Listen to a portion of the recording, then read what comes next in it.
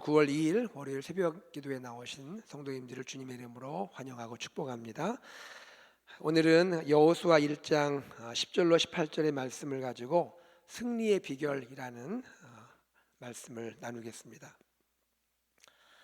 위대한 인생이란 삶에 아무런 일도 일어나지 않는 인생이 아니라 오히려 삶에 다가오는 수많은 도전들을 믿음으로 극복하는 인생입니다.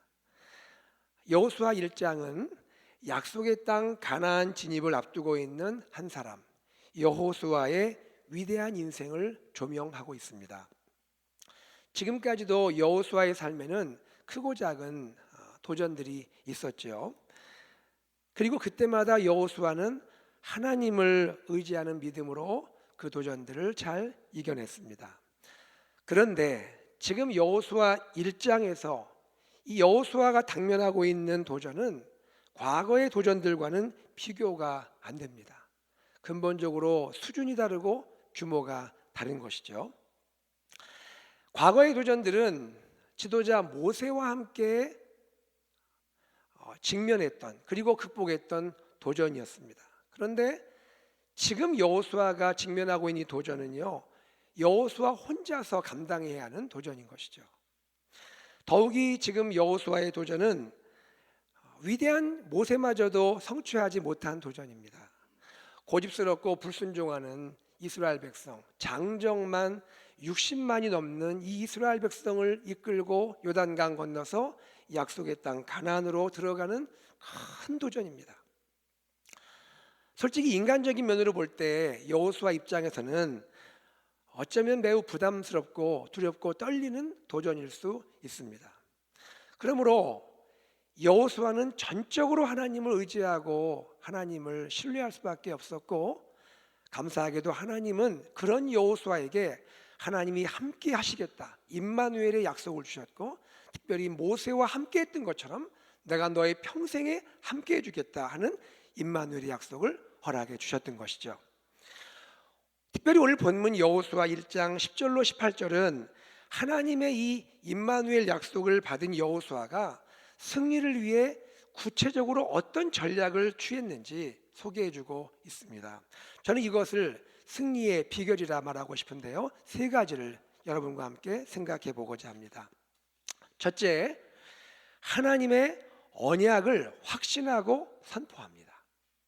한번 다 같이 볼까요? 하나님의 언약을 확신하고 선포한다. 가나안 땅에 들어가는 것은 지도자 개인이나 공동체의 세속적인 야망 혹은 그런 목표가 아니죠.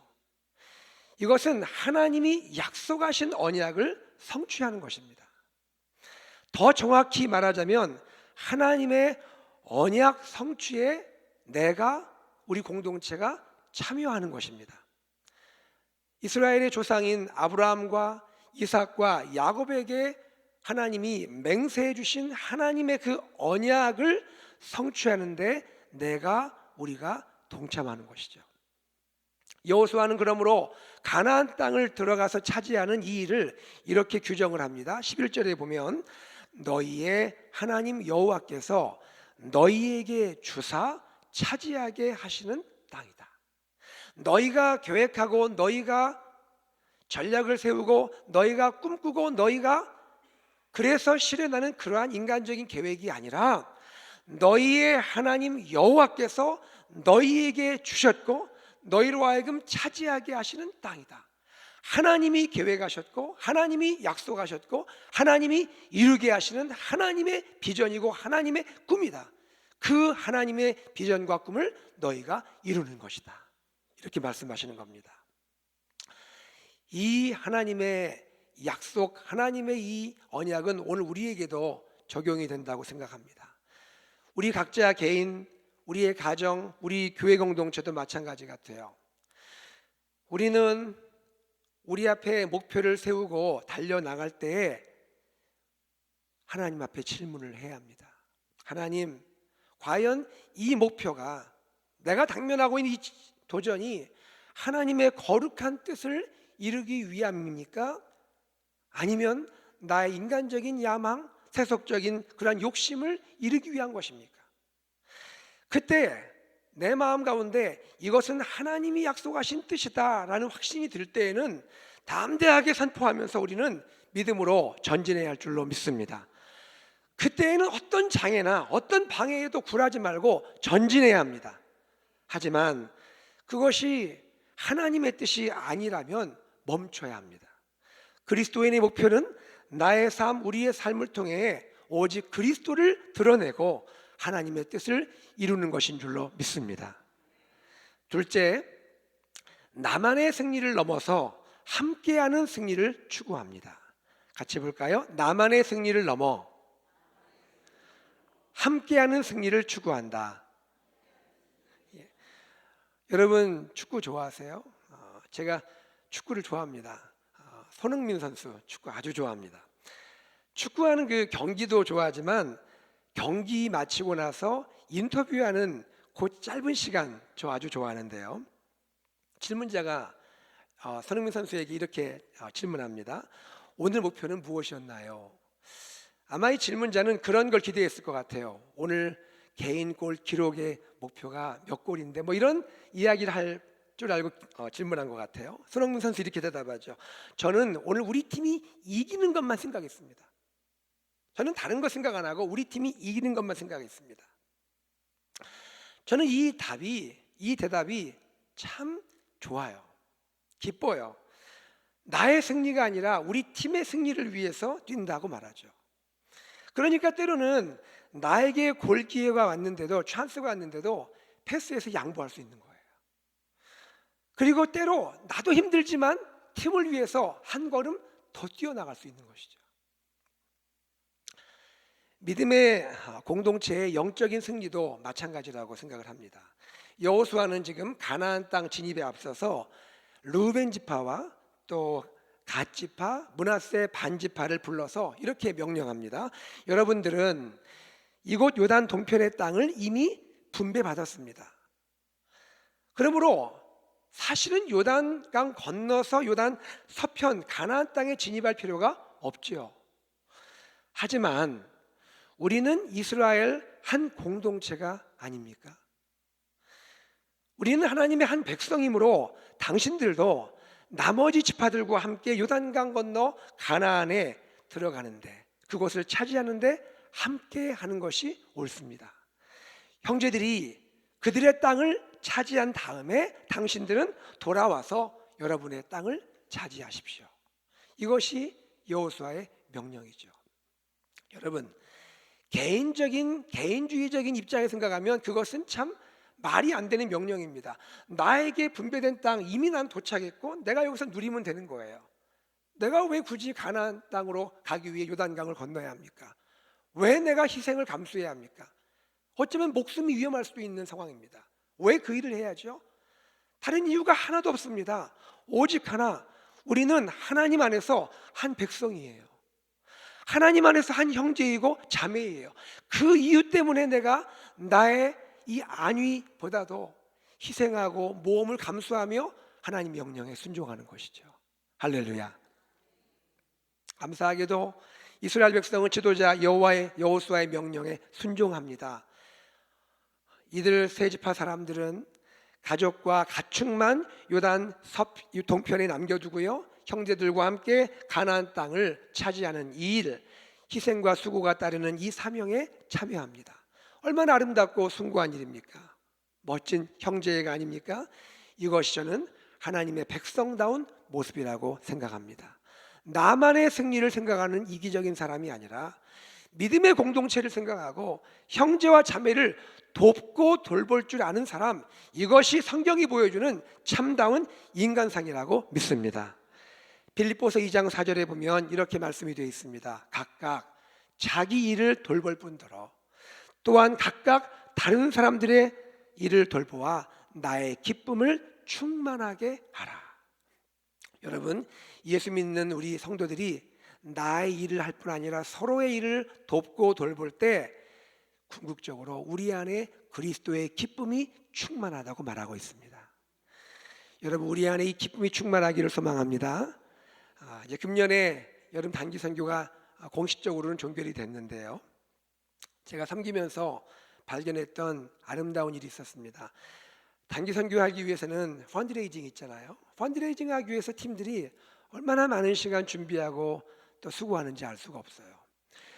종류를 정해야죠. 또 그 일을 위해서 팀이 모여야죠. 또 재료 구해와야죠. 많은 시간 준비하고 노력합니다. 우리 팀 펀드레이징 준비하기도 쉽지가 않아요. 그런데 금년에 이런 이야기를 들었습니다. 여러 팀이 다 준비하는데 아마 한 팀이 조금 부족했나 봐요. 여러 가지 준비해서 다른 팀이 본인들 팀 준비를 다 한 상태에서 저희 스텝에게 전해지는 이야기는 우리가 우리 일을 마쳤으니까 다른 팀 하는데 같이 돕고 같이 이 펀드레이징 하는데 참여하고 싶습니다 하는 얘기가 들려왔어요. 여러분 감동이 안 되시나 봐요. 그 일을 듣는 저 입장에서도 얼마나 기쁘고 감사한지. 그 팀 한 팀만 운영하기도 쉽지 않은데 그 일을 끝내고 약한 팀을 돕겠다는 말이 얼마나 기쁜지. 그렇다면 우리가 주님을 섬기는 가운데 서로 우리가 돕고 서로 돌보아주고 나의 일뿐 아니라 서로 다른 사람의 일을 함께 협력할 때 우리 하나님이 얼마나 기뻐하실까. 이것이 천국의 기쁨이 아닐까 생각합니다.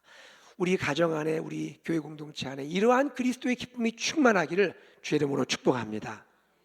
셋째, 승리를 안식으로 해석합니다. 다 같이요. 승리를 안식으로 해석한다. 여호수아의 이 명령적인 연설을 자세히 살펴보면 아주 특이한 점이 있어요. 가나안에 들어간다는 것을 안식을 누린다고 표현하고 있습니다. 다시 한번요. 가나안에 들어가는 것을 안식을 누린다고 표현합니다. 12절에 보면 너희에게 안식을 주시며 15절에 보면 여호와께서 너희를 안식하게 하신 것 같이 너희의 형제도 안식하며. 왜 땅을 차지하고 정복하는 것을 안식한다고 표현할까요? 저는 여기에 대해서 한번 묵상을 해봤습니다. 첫째 이런 생각이 들어요. 가나안 가기 전에 광야에서 얼마나 오랜 동안 방황하고 고생했어요.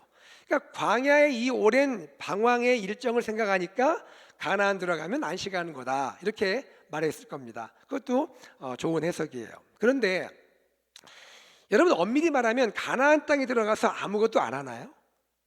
이스라엘 백성이 가나안 들어가서 아무것도 안 했어요? 거기서도 움직이고 활동하잖아요. 그렇다면 이 안식이라는 것이 무엇이냐를 생각해 봐야 할 것 같아요. 저는 이 가나안에 들어가서 이스라엘 백성이 행했던 일들을 생각할 때 이런 마음이 들었습니다. 안식한다는 것은 무엇이냐?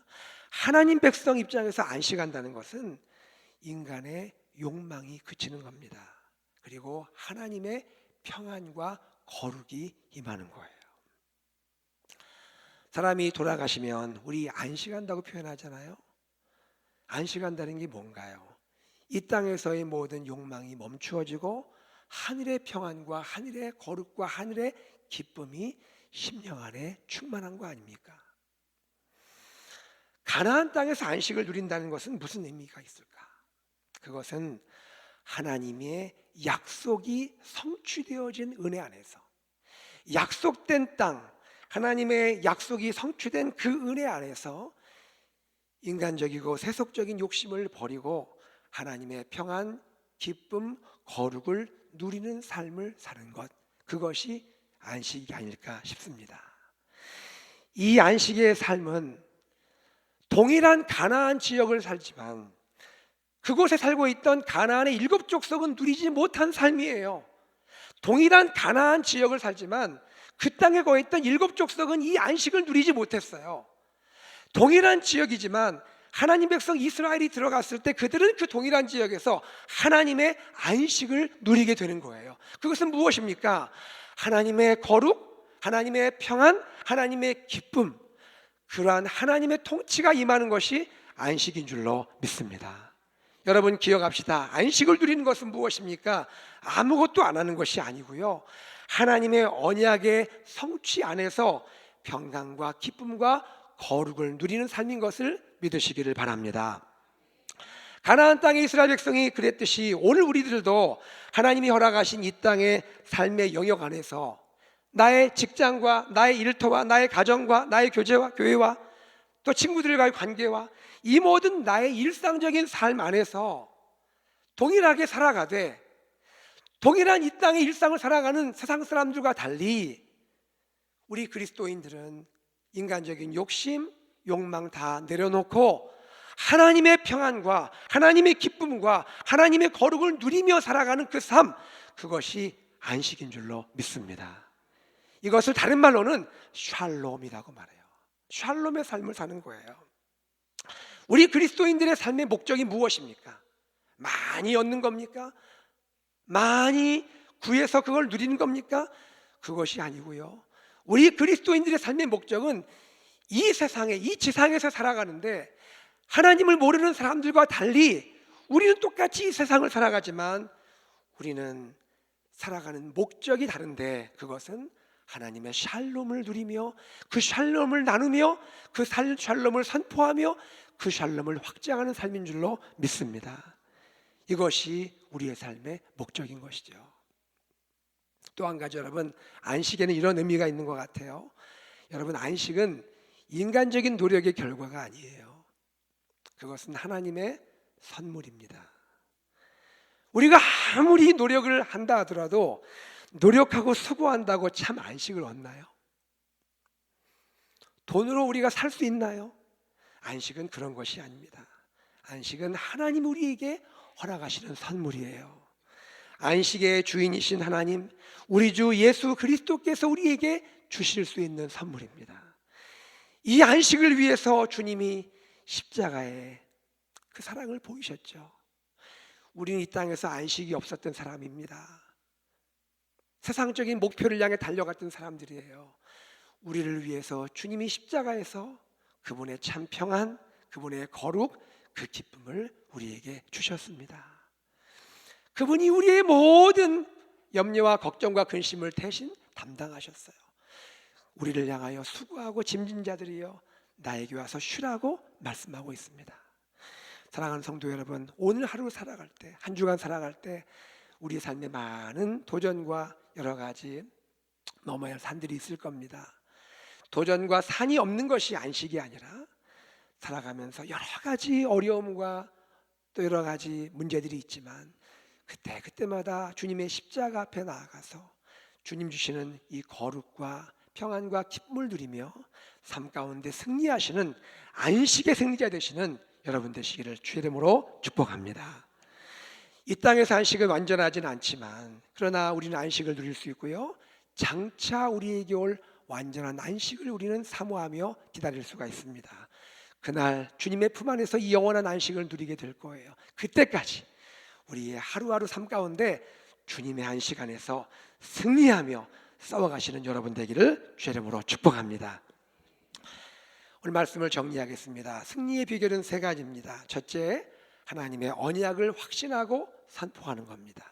둘째, 나의 승리를 넘어 함께하는 승리를 추구하는 것입니다. 셋째, 승리를 안식으로 해석하는 것입니다. 이 은혜 가운데 승리하시는 여러분 되기를 간절히 소망합니다. 우리 기도하겠습니다.